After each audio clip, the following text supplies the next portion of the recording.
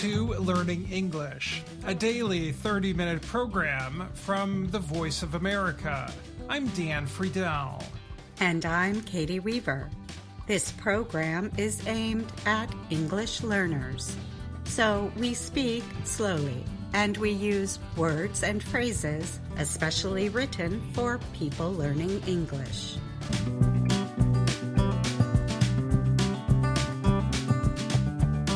Today on the podcast, we have stories about an ocean reptile fossil discovered in England, student visas for Africans, and on this week's Words and Their Stories, a way of discussing life's ups and downs. But first, astronomers have discovered a black hole with a mass about 33 times greater than that of our Sun. It is the second biggest black hole known in the Milky Way. Only the supermassive black hole at the center of the galaxy is bigger. The newly identified black hole is about 2,000 light-years from Earth, says a new study in the publication Astronomy and Astrophysics. A light-year is about 9.5 trillion kilometers. The black hole is in the constellation Aquila and has a companion star orbiting it, researchers said on Tuesday. Black holes are extremely dense objects. They have gravity so strong not even light can escape, making it difficult to find them. The European Space Agency's Gaia mission found the black hole. Gaia is carrying out a huge stellar count. The scientists saw that the black hole caused its companion star to wobble. Data from the European Southern Observatory's Chile-based Very Large Telescope and other ground-based observatories confirmed the black hole's mass. This black hole is not only very massive, it is also very peculiar, said Pasquale Panuzzo. He is a research engineer at the French research agency CNRS and lead writer of the study. For instance, the black hole called Gaia BH3 and its companion are traveling within the galaxy in the opposite direction of how stars usually orbit in the Milky Way. Gaia BH3 probably formed after the supernova, or explosive death, of a star that was more than 40 times as large as the Sun, the researchers said. Black holes that result from the collapse of a single star are called stellar black holes. Gaia BH3 is the largest known stellar black hole, said astronomer and study co-author Tzevi Mazeh of the Tel Aviv University in Israel. Stellar black holes are small compared to supermassive black holes at the center of most galaxies. Sagittarius A is the supermassive black hole at the heart of the Milky Way. It is 4 million times the mass of the Sun and is located about 26,000 light-years from Earth. Gaia BH3's progenitor star was made almost entirely of hydrogen and helium. Stars in the early universe were of similar chemical formation, known as low metallicity. The progenitor star had formed early in the universe's history, perhaps 2 billion years after the Big Bang. When it exploded at the end of its lifespan, it released material into space. The remains violently collapsed to form a black hole. The discovery of Gaia BH3 supports stellar evolution models showing that massive stellar black holes can be produced only by a low metallicity star like this one's progenitor star, Panuzzo said. Gaia BH3's companion star is about 76% of the mass of the Sun. It is a bit colder, but around 10 times brighter. A measure called an astronomical unit, or AU, is the distance between the Earth and the Sun. Gaia BH3's companion star orbits the black hole at a changing distance between 4.5 AU and 29 AU. By comparison, Jupiter orbits around 5 AU from the Sun and Neptune around 30 AU. Elisabetta Caffot is an Observatoire de Paris astronomer and a co-writer of the study. She said she was surprised that the chemical composition of this companion star does not show anything special, so it was not affected by the supernova explosion of the black hole. Scientists are not sure just how big stellar black holes can be. The maximum mass for a stellar black hole is a matter of active scientific debate, Panuzzo said. I'm Dan Novak.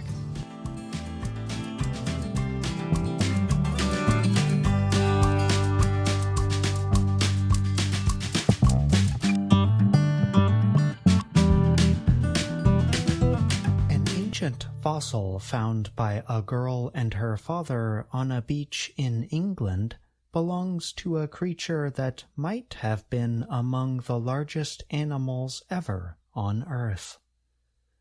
Researchers said in a recent study that the fossilized bone, called a syringular, was from a reptile called an ichthyosaur that lived in the sea. Based on its size, compared to the same bone in closely related ichthyosaurs, the researchers estimated that the creature was between 22 and 26 meters long. They named it Ichthyotitan savernensis. That would make it possibly the largest known marine reptile. Its size would be close to the largest whales alive today. The blue whale, considered the largest animal ever to have lived, can reach about 30 meters in length. Marine reptiles lived in the world's oceans at the same time that dinosaurs lived on the land. Ichthyosaurs disappeared 90 million years ago. They came in several sizes. The creatures ate fish and other sea animals. Ichthyotitan, however, is known only from two jawbones. The jaw forms the lower part of the mouth. Ruby Reynolds and her father Justin Reynolds found one of the bones in 2020 at Blue Anchor in Somerset. The other bone is from a different Ichthyotitan individual found in 2016 along the Somerset coast at Lilstock.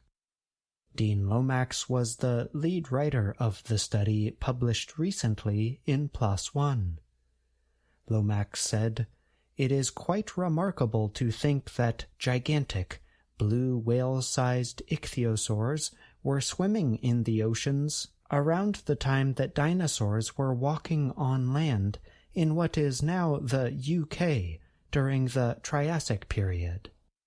The Triassic period describes a time over 200 million years ago. Ruby Reynolds was 11 at the time she and her father discovered the fossil syringular bone on the beach. Ruby continued to search the area and found a second piece, much larger than the first, partly buried in the ground. They then contacted Lomax, an ichthyosaur expert, and more parts of the bone were unearthed. Ruby's part in the discovery has led to comparisons with Mary Anning. Anning was a 19th century British fossil hunter who, among other things, discovered ichthyosaur fossils when she was 12. "I think Mary Anning was an incredible paleontologist, and it's amazing to be compared to her," Ruby said. Justin Reynolds added, "It has been an amazing and fun experience to work with these experts and we are proud to be part of the team and co-authors of a scientific paper which names a new species and genus. Fossil collector Paul de la Salle found the 2016 remains now identified as Ichthyotitan. The big marine reptile was a member of a family of giant ichthyosaurs called Shastasauridae. These creatures lived 13 million years later than other ichthyosaurs. They survived until a worldwide event caused many kinds of animals to disappear about 201 million years ago at the end of the Triassic period. No other fossils from Ichthyotitan have been discovered, but the researchers have been able to guess at its appearance based on other members of its family, including Shonosaurus from British Columbia, Canada.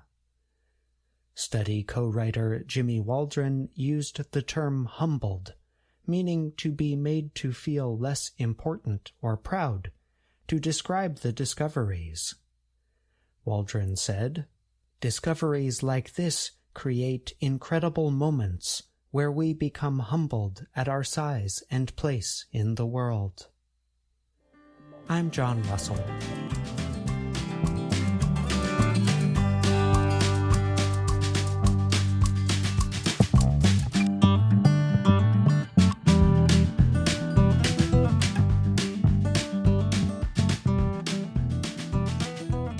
Activists say visa denial rates for African students seeking higher education in the United States are too high. Fanta Av is executive director of NAFSA, Association of International Educators. NAFSA is a nonprofit organization that supports international student exchange. Av said data released in 2023 by the President's Alliance on Higher Education and Immigration shows visa rejections. She said the rejection rates for African students are higher than rates for students from the Middle East, South America, and South Asia. At the same time, however, the IEEE Open Doors report says the number of students from sub-Saharan Africa studying in the U.S. is growing. The most recent Open Doors report, which follows foreign students in the U.S., shows that the number of students from African countries south of the Sahara Desert increased by 18%. Av said the rejection numbers mean many more African students could be studying in the U.S. Fewer American students are going to college, and not as many Chinese students are studying in the U.S. African students could help replace those groups, she said. Last year, big percentages of students from several large African countries were denied study visas. In 2023, examples include Ethiopia at 78%, Nigeria at 75%, and Kenya at 74%. For those countries, the percentages are high, but the number of students going to the U.S. is also high. For example, Nigeria ranked 7th in the 2023 Open Doors report, with over 17,600 students studying in the U.S. The total is an increase of 22% over 2022. Av, representatives from the President's Alliance, and Shorelight met with representatives from the State Department last summer. Shorelight is a business that connects international students with universities that offer the study programs they want. The U.S. State Department said students should have the chance to secure a student visa no matter where they are from. The groups decided to continue discussing their concerns in the future. Av said activists want to discover the reason for the disproportionate number of denials. Only about 1 in 10 European students were denied visas in 2023, for example. One concern, Av said, is to make certain those who review visa applications are fully trained in the way they make determinations for student visas. She wants to be sure African students are considered in the same way as students from other parts of the world. In addition, she asked for more student visa appointments. Av said many students who want to come to the U.S. get discouraged and turn to education in other countries. Word goes around, don't bother because you're never going to make it, Av said. And that is not the message any of us want to see. So don't get me wrong, students want to go to China, want to go to India, there's nothing wrong with that, or other places. But it shouldn't be because, they couldn't get here. She noted that education programs build bridges as students go on to international jobs and make connections with the U.S. Av also noted that as education systems improve around the world, students have more choices. U.S. officials told VOA that international students are very important, or a top priority. They added that all visa applications are processed on their individual merits and under U.S. immigration law. Leon Fresco is an immigration lawyer in Washington, D.C. Fresco said he wants to know more about this weird African disparity. He said he wants more people to know about it to, in his words, start the process of fixing it. Both Fresco and Av suggested that U.S. government officials are not up to date on the quality of students aiming to study in the U.S. In the case of Africa and India, Av said, most of these students are graduate students who are coming for science and business fields, areas that are very much needed and where innovation happens. So we want to make sure there's an understanding that Africa and African countries are changing rapidly and that we're not keeping, preconceived notions or outdated notions about what's happening in Africa. In an email to VOA, a representative from the State Department said its Education USA program aims to help Africans attend U.S. colleges. But as more students are interested in studying in the U.S., the percentage of visa denials will increase. It also noted that more Africans received student visas in 2023 than ever before. Countries like Nigeria, Ghana, Zimbabwe, Uganda, Eswatini, Ivory Coast, and Madagascar have had more student visas approved than at any time in the past 20 years. Compared to 2019, the year before the COVID-19 pandemic, there was a 61% increase in approved student visas among those countries. Av said her group sees progress. She gave the example that students no longer need to have in-person interviews in order to renew their visas, and students can also apply for visa renewal without traveling to their home country.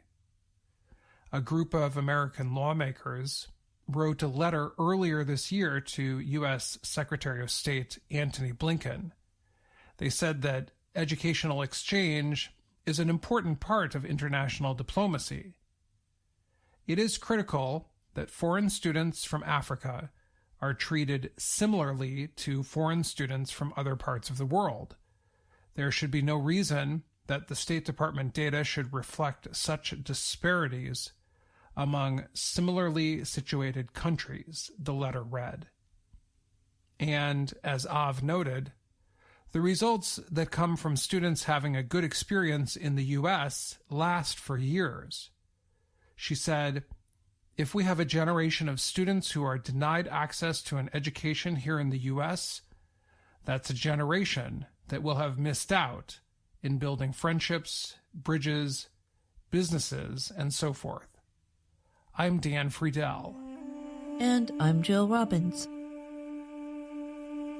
I'm Dan Friedel, and you're listening to the Learning English podcast. You just heard a story about concerns some education advocates have about the high rate of visa denials for African students wishing to come to the U.S.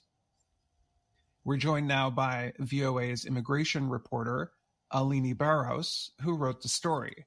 Thanks for joining us, Alini. Thanks for having me. So you mentioned that a number of groups are concerned that African students who'd like to come to school in the U.S. are having trouble getting the F1 or student visas. And now they're possibly considering going to countries other than the U.S. Do you think that this is happening for real, or is it that African students end up staying home for school if they can't come to the U.S.? Well, based on what advocates told me, there is a notable trend of African students trying to attend higher education abroad outside of the African continent. And I think it's important to say that Africa's a huge continent with 54 countries, right, according to the United Nations.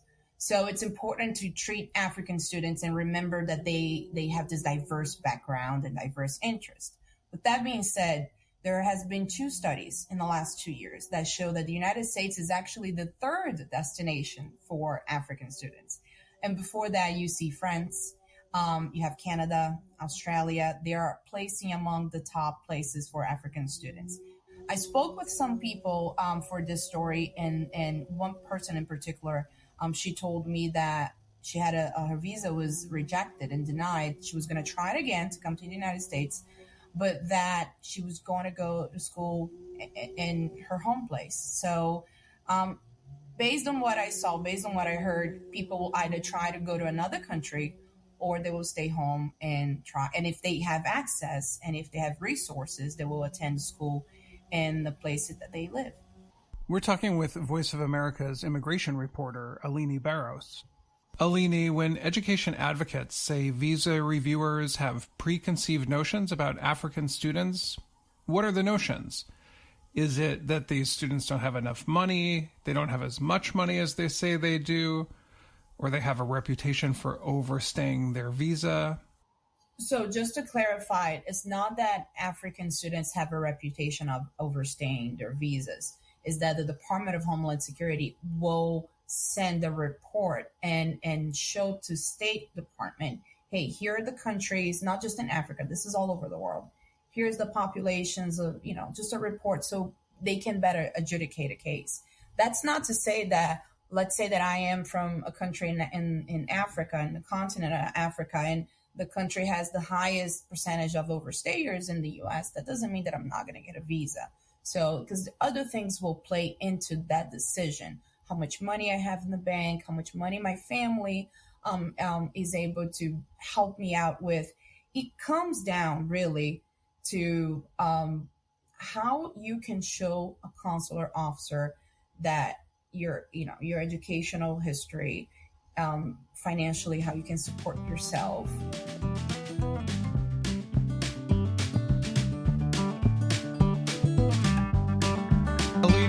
Are we going to see big-time educational visa reform in the near future, or is it going to happen, as we would say in English, in dribs and drabs? Like we'll see a small change this year and a small change next year, but 20 years from now, we'll see significant reduction in the amount of visa denials for African students. I don't see any immigration reform. However, there isn't a quota for international students. An international student visa is a non-immigrant visa, which means it allows you to stay here temporarily. So really, the changes that advocates have been asking is just, hey, be fair. I don't want to say I'm optimistic, but I think we'll see an increase in visa issuances for African students because the trend is going. But I am interested in see what's going to happen with the visa denials.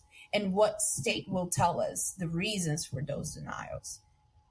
We were just talking with Eleni Barros, Voice of America's immigration reporter. Thanks again for joining us today on the Learning English podcast. And thanks for having me.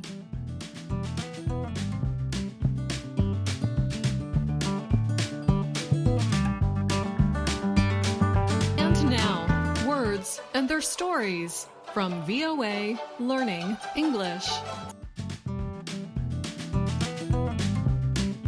Life has its ups and downs. We all have good days and bad days. Sometimes life seems easy, sometimes difficult. We can't always feel on top of the world every day. Today, we explore some idioms and expressions that describe this common condition of life. A windshield is the transparent screen, usually of glass, on a vehicle. It protects the people inside, but to many insects, a windshield can also be a screen of death. Take a drive in America in the warm months, especially on higher speed roads, and watch as many bugs meet their end on the windshield glass. And that is where we get our first expression. Some days, you're the windshield, and some days, you're the bug. On good days, we reach our goals. We get things done. On those kinds of days, we are taking care of business. We are killing it. On those days, we are the windshield. But then, our luck changes. Things don't go our way. We may be down in the dumps, or just down on our luck. For whatever reason, we are not at the top of our game. On these days, we are the bugs. This expression is very informal, so it is not very serious. Similar expressions include peaks and valleys. Peaks are high, while the valleys are low. You can also say, you win some, you lose some. And sometimes we refer to life as a roller coaster ride. Roller coasters are famous for their high climbs and sharp drops. Now let's hear two people use some of these expressions in a short conversation.